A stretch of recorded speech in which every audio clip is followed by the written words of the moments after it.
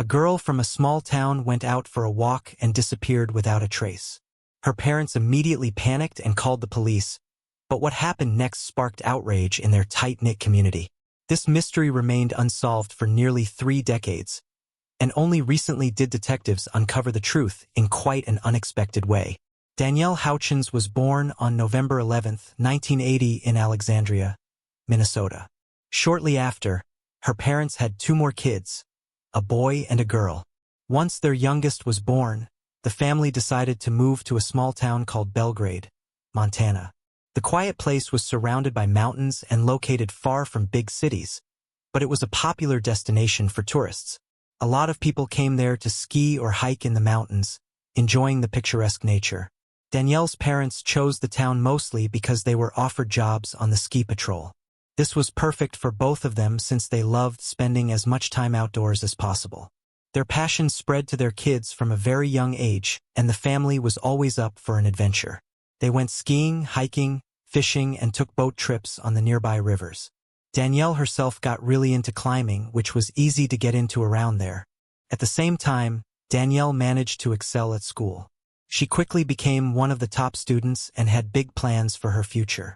She dreamed of going to medical school and becoming a bioengineer. On September 21, 1996, their town was hosting its annual festival. People would gather on the streets, listen to music, watch some performances, and just enjoy the day together. Danielle, who was 15 at the time, had plans to meet up with her friends in the evening. But before that, she had a few free hours to kill. Instead of just sitting at home, she decided to go for a walk along the trail located near the river just outside of town. Her mom asked her to be back by 2 p.m. and gave Danielle her wristwatch since she didn't have one of her own. Danielle grabbed a bottle of water and headed out around 11:30, promising to be back on time. But 2 o'clock came and went and she still hadn't returned. Her mom started to worry, especially since they were expecting guests soon. Thinking Danielle must have just lost track of time, she decided to head to the trail to bring her home. She took a friend with her and they drove to the parking lot where the trail started. The first thing they noticed was Danielle's white pickup truck. Even though she was only 15 and technically not allowed to drive without an adult, her parents would sometimes let her use the car. It was a small, quiet town with little traffic and Danielle was already a pretty good driver. Her mom noticed the truck's doors were unlocked, but Danielle was nowhere to be seen. She and her friends started walking along the trail toward the river, but they didn't get far before they spotted Danielle's car keys and her bottle lying on the ground. Her mom became even more worried and started calling out for her, searching the path from the parking lot to the river. When there was still no sign of Danielle, she wasted no time and went straight to the authorities for help. At that point, her mom thought Danielle might have fallen off a slope or gotten injured in some accident. Since the woman didn't have a cell phone, she drove to the police station, and about an hour later, search teams arrived at the trail.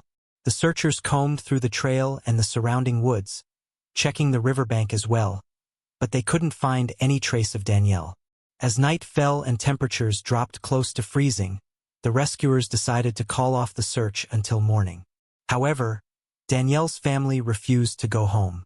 They continued searching for her, joined by family friends and local residents who broke into groups and spread out to cover more ground.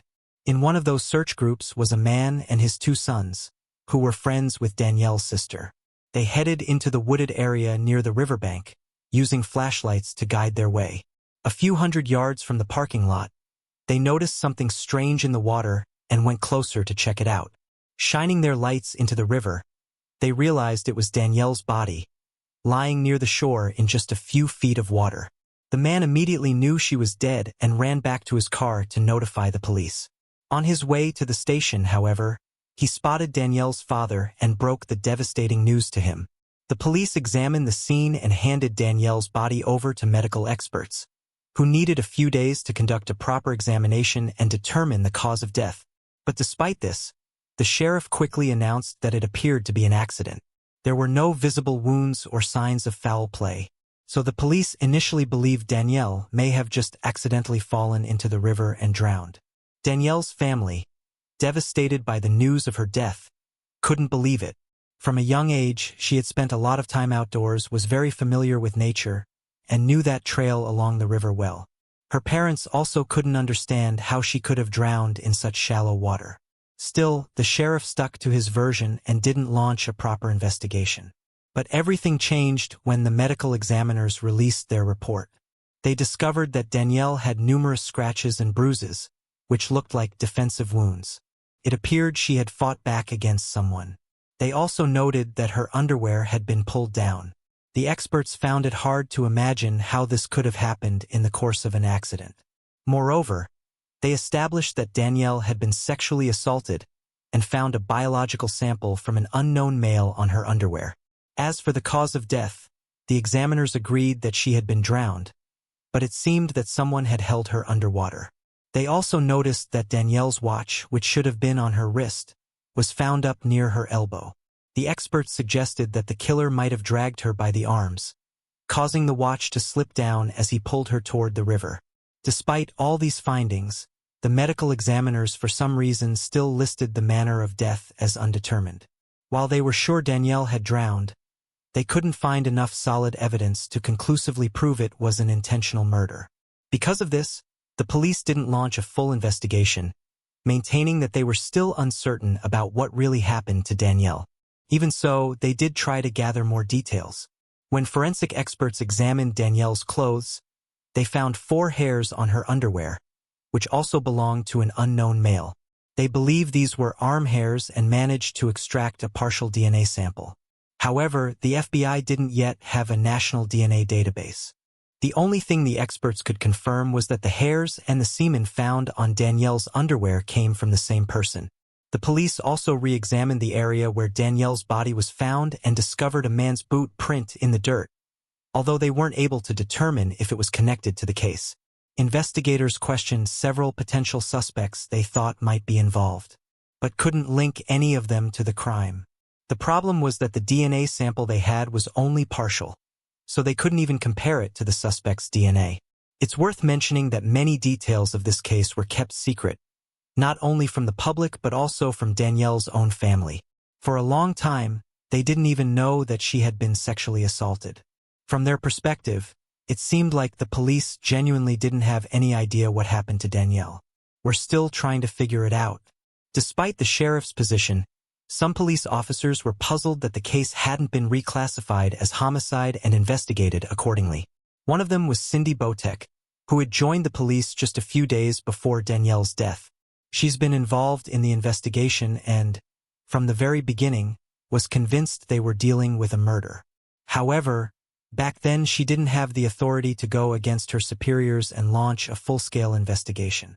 So all she could do was wonder what had really happened that day. One of the theories was that the killer might have known Danielle, like a neighbor or a friend. Votek spoke with her parents, but they couldn't think of anyone who would want to harm their daughter. She had never had any problems with her classmates or anyone else in town. For months after Danielle's death, there was almost no progress in the case. The police continued to interview people and consider various suspects. But because of the sheriff's reluctance to start a proper investigation, they couldn't do much. Some officers, including Botek, were baffled that the case hadn't been reclassified as a homicide and that no one was actively searching for the killer. To them, it was obvious that Danielle had been attacked and the person responsible could still be living in their community. A few years after the murder, the police tried entering the partial DNA sample found on Danielle's body into the FBI database, but no matches were found. In the years following Danielle's death, her family learned more details about the case, including the fact that she had been sexually assaulted. They were outraged that the sheriff hadn't treated it as a homicide from the start and had kept such critical information from them. The sheriff later claimed he had never considered the case an accident and had always believed it was a murder. This contradicted his earlier statements to local newspapers, where he had clearly said there wasn't enough evidence to label it a homicide. Danielle's parents also remembered him telling them the same thing, which only fueled their frustration and confusion. The sheriff then tried to shift the focus onto the medical examiners, insisting that the only reason he didn't launch a full investigation was because they had listed the manner of death as undetermined. But Danielle's family believed the sheriff was just trying to avoid responsibility. Everyone understood that a proper investigation in the first few days after the murder could have helped solve the case and catch the killer, but little effort was made. Now, many years later, finding the murderer had become far more difficult with the trail gone cold. Danielle's parents continued to fight for a fair investigation, but each attempt led to a dead end. Eventually, her younger sister took up the case, giving interviews to local media, reaching out to investigators, and doing everything in her power to ensure that one day Danielle's killer would be found. In 2019, 23 years after the murder, Danielle's family finally managed to get the investigation reopened. Unfortunately, this didn't lead to any real breakthroughs. The FBI's DNA database still didn't show any matches, and re-examining old suspects went nowhere, leaving the case stalled once again. This continued until 2021, when a new sheriff took over the local police department.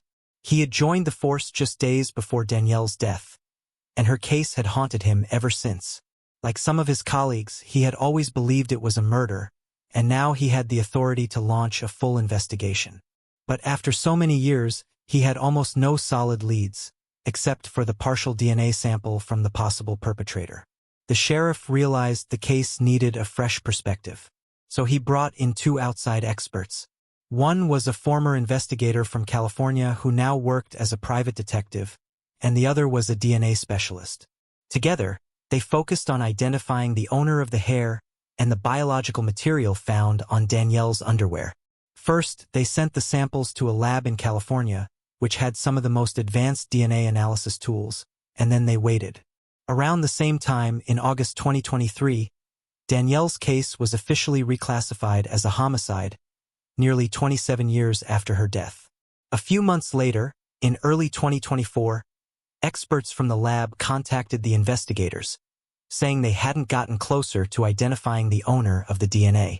Although they had managed to do something important, their tools allowed them to extract a full DNA profile, which was still a significant step forward. The investigators then sent these samples to another lab in Virginia, hoping they could use genetic genealogy to trace the DNA back to its owner. Several months passed before they finally got the call they were waiting for. The experts at the Virginia lab explained that they had uploaded the perpetrator's DNA profile to public genetic databases, where people voluntarily share their DNA to find relatives. These databases have helped solve many cases using genetic genealogy, tracing suspects through their family trees. But this time, things took an unexpected turn. To the experts, they immediately got a perfect match. It turned out that the owner of the DNA had willingly submitted his sample to the database, something that doesn't happen often. The man was 55-year-old Paul Hutchinson, who lived in a small town called Dillon about 100 miles from where Danielle was killed. Investigators discovered that at the time of the murder, Hutchinson was 27 and a student at the University of Montana, just 12 miles from Belgrade. He had a degree in biology and worked for Montana's Bureau of Land Management. Paul was also married with 2 children. What stood out even more was that he had no criminal record, not even the slightest offense. Now that the police had identified their suspect, they needed to obtain a direct DNA sample from him. On July 23rd, they went to his workplace to talk to him. As they pulled up to the bureau building, they saw Paul standing outside with his coworkers. The investigators told him they wanted to ask him a few questions at the station, and according to them, they could see the color drain from his face. Still, Paul agreed to go in for questioning. The detectives took their time, starting by asking about other unsolved cases in the area. Paul remained fairly calm at first, but everything changed when they showed him a photo of Danielle. He suddenly became extremely nervous, sweating, scratching his face, and even chewing on his hands. He could barely stand up and even stumbled over a chair when trying to get up. To the police, his reaction was almost a confirmation of guilt. However, Paul continued to deny any involvement in the murder, but his confession wasn't necessary. Detectives collected his DNA sample and sent it to the lab. For now, they let him go, since they didn't have enough evidence to charge him with the murder until the lab results came back. Right after the interrogation, the detectives contacted Danielle's sister and told her that they had finally found her sister's killer. They added that the police had no doubt about his guilt and that the DNA analysis would only confirm it. Danielle's sister, who had been waiting nearly 28 years for this moment, felt relieved knowing the person responsible would finally face justice. She was also aware that they still had to go through a long court process to bring this case to a close. But things took an unexpected turn. The day after the interrogation, when the police were supposed to receive the DNA results from the lab, called his local police station, saying he needed help. He gave the operator his location and then hung up. When officers arrived at the scene, they found Paul's car parked on the side of the road. Inside, they found him dead with a gun lying beside him. During the investigation, detectives concluded that Paul did it himself. There was no note in the car, but his motive seemed clear. He likely realized there was no way to avoid prison, where he would spend the rest of his life. For his wife and children, the entire situation was a complete shock. None of them knew what Paul had done nearly 30 years ago, and they weren't even aware that he had been questioned by the police. His family learned about these accusations at the same time they found out about his death. Paul's friends and coworkers were just as stunned when the truth came out. They all saw him as a devoted family man and a reliable friend.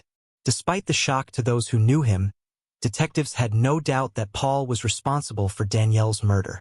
In August 2024, they held a press conference where they announced that his DNA was a perfect match with the samples found on the victim's underwear. Police believe this was a crime of opportunity. There was no evidence that Danielle knew Paul. It's likely she crossed paths with him near the trail, and he made the decision to assault her, killing her afterward to ensure she wouldn't identify him. Danielle's family admitted that hearing about Paul's death brought them more relief than frustration, even though he would not face a lifetime in prison. What angered them most was the thought that he could have been caught decades earlier if the local sheriff had taken the case more seriously. If that had happened, Paul wouldn't have been able to live nearly 30 years of freedom, start a family, and enjoy a peaceful life. Paul's wife also expressed her condolences to Danielle's family, stating that she in no way supported or excused what he had done.